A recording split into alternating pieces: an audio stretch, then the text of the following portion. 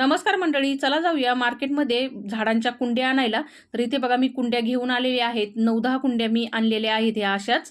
तर आता याच्यामध्ये आपल्याला झाडं लावायची आहेत। तर झाडं मी पहिलेच आणलेली आहेत। तर बघू शकता हे झाडं। तर हे झाडं कशाकशाचे आहेत कमेंटमध्ये नक्की सांगा, तुम्हाला जर ओळखले असतील तर।